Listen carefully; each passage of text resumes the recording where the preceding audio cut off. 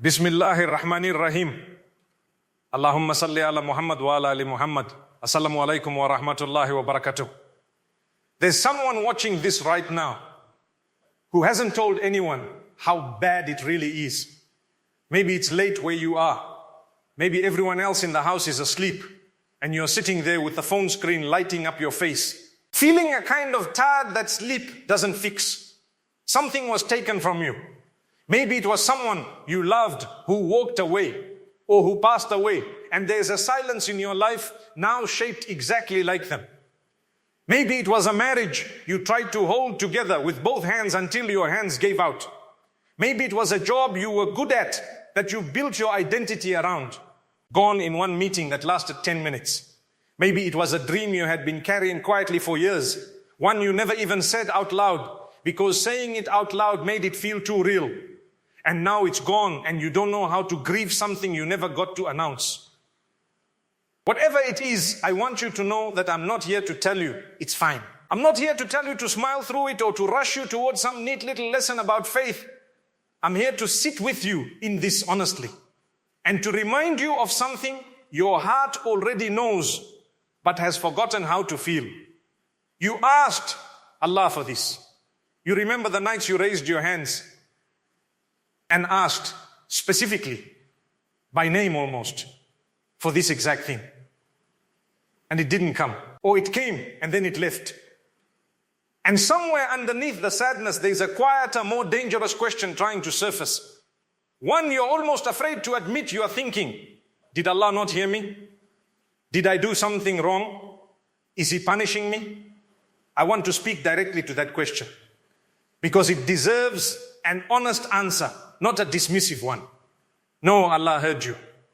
Every single time. Not one dua you have ever whispered, even the ones you couldn't finish because you were crying too hard to speak, went unheard. The Quran tells us that He is close, closer than you think, closer than the artery in your own neck. That closeness didn't disappear when the outcome you wanted didn't arrive. Being heard and being given exactly what you asked for are not the same thing. And that difference is not cruelty. It's wisdom operating on a level you and I were never built to fully see. Here's something worth sitting with for a moment. You are seeing your life through a single frame. One scene. The scene where the door closed, where the person left, where the offer got rescinded, where the test came back negative or positive or however it broke your heart. Allah is not seeing a single frame. He is seeing the entire film, beginning to end. Every consequence, every ripple, every person that decision touches 10 years from now, 20 years from now, in ways you cannot trace from where you're sitting tonight. There's a verse in the Quran that says, you may dislike a thing which is good for you, and you may love a thing which is bad for you. And Allah knows, and you do not know. That's not a verse meant to shame you for grieving. It's meant to hand you something to hold on to in the dark. A reason to believe that the story isn't finished just because this chapter hurt. I want to be careful here, because I don't want to hand you a cheap, easy explanation that falls apart the moment life gets hard again.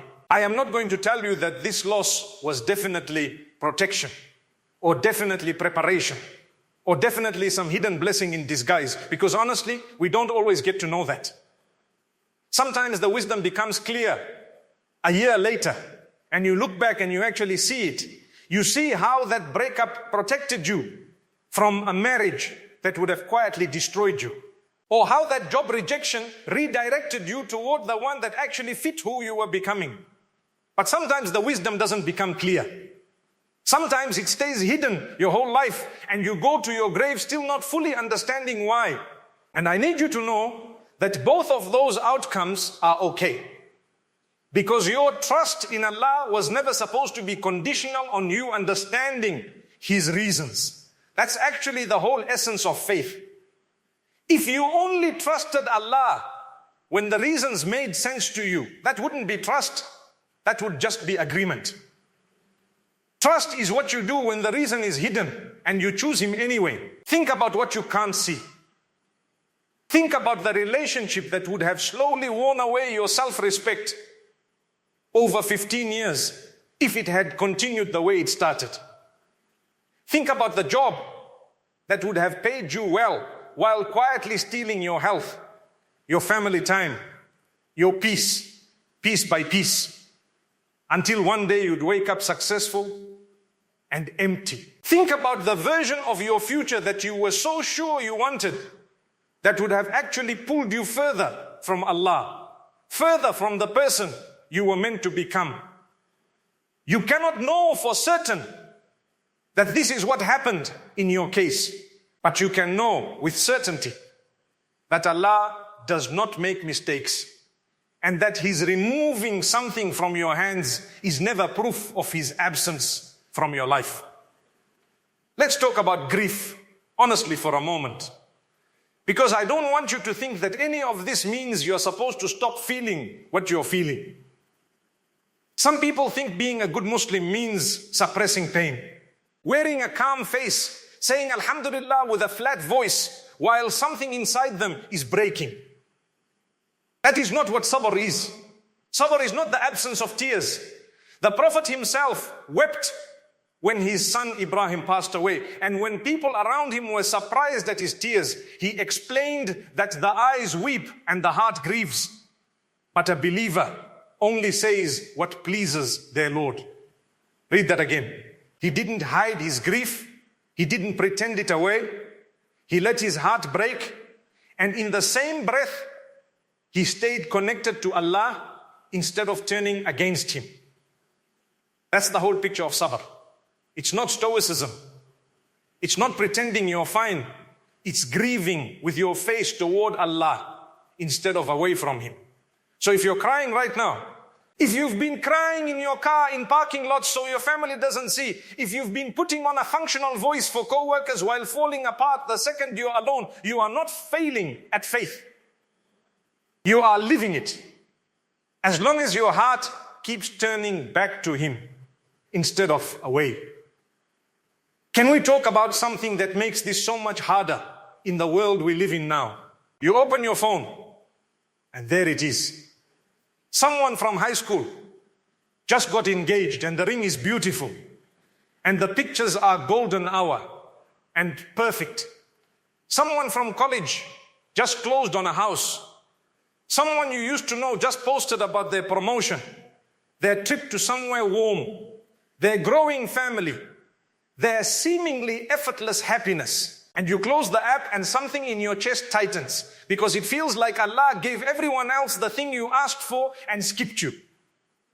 I need you to understand what's actually happening when that feeling hits. You are comparing your full, complicated, painful, private reality to someone else's curated highlight reel. You don't see their arguments at 1 a.m. You don't see the debt behind that house. You don't see the loneliness some of them carry into rooms full of people. You don't see their own unanswered du'as because nobody posts their sujood. Nobody posts the nights they cried into their pillow asking Allah why. You are comparing your behind the scenes to their trailer. And that comparison will never be fair to you. And it will never give you an accurate picture of what Allah has actually given each person. Every person's test is fitted specifically to them. What looks like ease from the outside might be someone else's hardest trial. And what looks like your hardship might one day become someone else's reason to trust Allah more, if you let it. I want to gently push back on something that grief often tells you, which is the lie that you are being singled out, that Allah is treating you worse than everyone else, that your life has some kind of curse over it while other people just get to live freely. That is not how this works. Every single person carries something. Every single person, even the ones who look like they have it all, is being tested in a way specifically designed for them. You have simply been shown your test up close in high definition because it's yours to carry. You don't get shown everyone else's tests in the same detail, so it's easy to assume yours is uniquely heavy. It might be heavy. I'm not minimizing that. But you are not alone in carrying weight. And you are not being punished by being given this particular weight to carry. Now let's talk about dua, because I think this is where a lot of quiet despair lives. You've been asking. You've been asking for months, maybe years. And nothing has changed, or worse, things have gotten harder. I want to remind you what dua actually is. Dua is not a transaction where you input a request and Allah outputs exactly what you asked for on your preferred timeline. Dua is worship. It is an act of turning toward Allah, of admitting your need for Him, of placing yourself in the position of a servant who depends completely on their Lord. The Prophet taught that when a believer makes a sincere dua, Allah responds in one of a few ways. Sometimes He gives exactly what was asked. Sometimes He turns away a harm equivalent to it, protecting the person from something they never even knew to ask about. And sometimes He saves the reward of that dua for the akhirah, for a day when the believer will see the full value of every single dua they ever made, even the ones that seemed to go nowhere in this life. So when you feel like your dua vanished into silence, understand that nothing you have ever asked Allah for has been wasted. It has been received, weighed and answered in a form of mercy that you may not be able to trace right now. There's a difference between trusting Allah and demanding a specific outcome from Allah. And this distinction matters more than almost anything else I could tell you tonight. Trusting Allah means you bring Him your request, honestly, desperately, if you need to. And then you release your grip on exactly how and when it should be answered. Demanding an outcome means you've quietly decided that you already know what's best for you. And you're waiting for Allah to catch up to your plan. I've done this. Most people have done this without realizing it. We ask Allah for something, and somewhere in our hearts we've already written the whole story, the timeline, the details, and when His plan doesn't match our draft, we feel betrayed. Even though we were never promised that our draft was the right one. Real trust says, Ya Allah, I want this. I'm asking you for this with everything in me. But you know better than I do, and I will trust whatever you decide, even if it breaks my heart for a while. This is where qadr comes in, the concept of divine decree. And I want to explain it in a way that actually helps, rather than just sounding like a textbook definition. Qadr means that everything that happens to you was already known by Allah before it happened, measured with perfect wisdom and perfect justice. That includes the painful things. It includes this loss you're sitting with right now. And I know that can sound heavy at first, like maybe it means none of this was ever really in your control, so what's the point of trying? But that's not the point of qadr at all. Qadr is not meant to make you passive. It's meant to give you peace after you've already done everything within your power. You still study for the exam. You still show up to the interview prepared. You still communicate honestly in the relationship. You still take care of your health, your finances, your responsibilities. Trusting Allah's decree doesn't mean you stop acting. It means that once you've done your part with sincerity and effort, you hand the outcome over to Him without torturing yourself over what you couldn't control. That's tawakkul, reliance upon Allah. It's not sitting still and waiting for things to fall into your lap. It's walking forward, doing your part fully, while your heart stays anchored in the knowledge that the results belong to Allah, not to you. Maybe you've lost a career path you spent years building toward, and now you're starting over in your late 20s or 30s, watching people your age who look like they're 10 steps ahead. Maybe you've been single far longer than you expected, watching group chats fill up with engagement announcements while you're still swiping through profiles that go nowhere, wondering if you're doing something fundamentally wrong. Maybe you moved to a new city for a fresh start and instead found yourself sitting in an empty apartment on a Friday night, more disconnected than you've ever felt in your life, praying alone, in a room where no one else says Ameen with you. Maybe your family is fractured in ways you never talk about outside your own head. And every holiday feels like performing normalcy while something inside you aches. I'm not going to pretend any of these are small. They're not. But I want you to notice something. In every one of these situations, you still have access to the same door you've always had access to. Salah is still there, 5 times a day, waiting for you like it always has. Dua is still available to you at 3 a.m. when no one else is awake to hear you but Allah. Repentance is still open, no matter what you've done or failed to do while you were hurting. None of what was taken from you has taken away your access to the one who gave it in the first place. I want you to consider something that might reframe tonight for you. What if the thing you are grieving right now was actually shielding you from something far worse that you never had to experience? What if that relationship ending stopped a slow erosion of your character that you couldn't have predicted from the outside? What if the job loss, as brutal as it felt, pulled you out of an environment that was quietly convincing you to compromise your values for a paycheck? What if the version of your life you had planned would have distanced you from Allah so gradually that you wouldn't have even noticed until you were far away? I'm not telling you this is definitely what happened. I can't know that. And neither can anyone else who tells you they know exactly why Allah allowed your specific pain. But I am telling you it's possible. And that possibility alone is worth holding on to. Because it means the closed door in front of you might be Allah's mercy wearing a disguise that only reveals itself with time, or perhaps never reveals itself at all in this life. And that's still okay. Because Allah's wisdom doesn't require your understanding to be real. There's something worth saying plainly. Something I want you to actually let sink in rather than just hear and move past. You may be grieving something Allah removed from your life, while at the very same moment, Allah may be protecting you from a version of pain you were never even aware you were headed toward. Sit with that for a second. The thing you're mourning tonight, the door that closed, the person who left, the plan that fell apart, might be standing exactly where a much larger wound would have been if things had gone the way you originally wanted. You don't get to see the version of your life that didn't happen. Nobody does. But Allah sees it.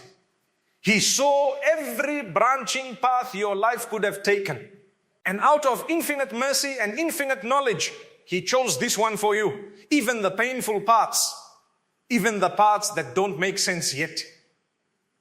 I know grief doesn't move in a straight line. Some days you'll feel okay, almost like you're healing. And then a song will play. Or you'll pass a place that reminds you.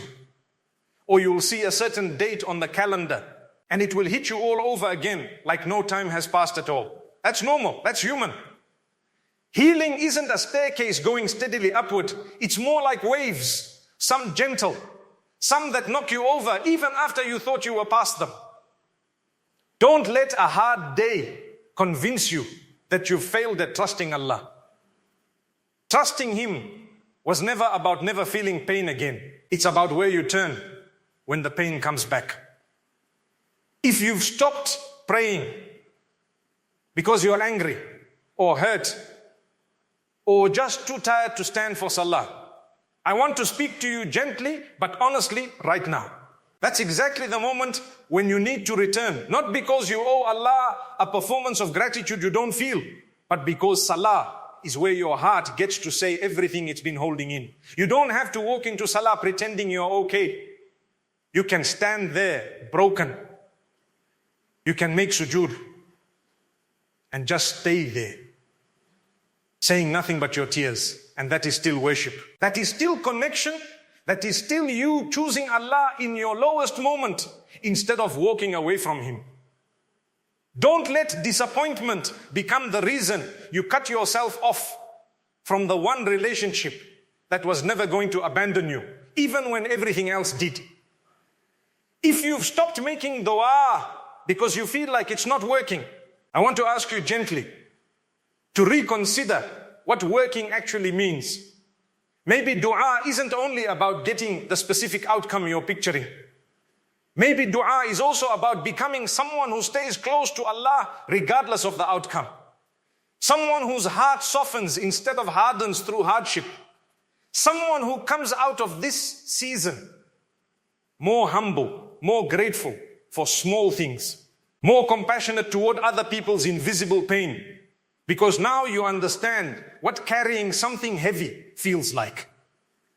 That transformation quietly happening inside you right now, even if you can't feel it, might be the answer to a dua you didn't know you were making. To whoever is watching this at an hour when the world feels too quiet and your thoughts feel too loud, I want you to know that this current chapter is not necessarily the final chapter of your story. Right now, it might feel permanent. Pain has a way of convincing us that it will last forever, that this is simply who we are now and who we'll always be. But Allah is not finished writing your story.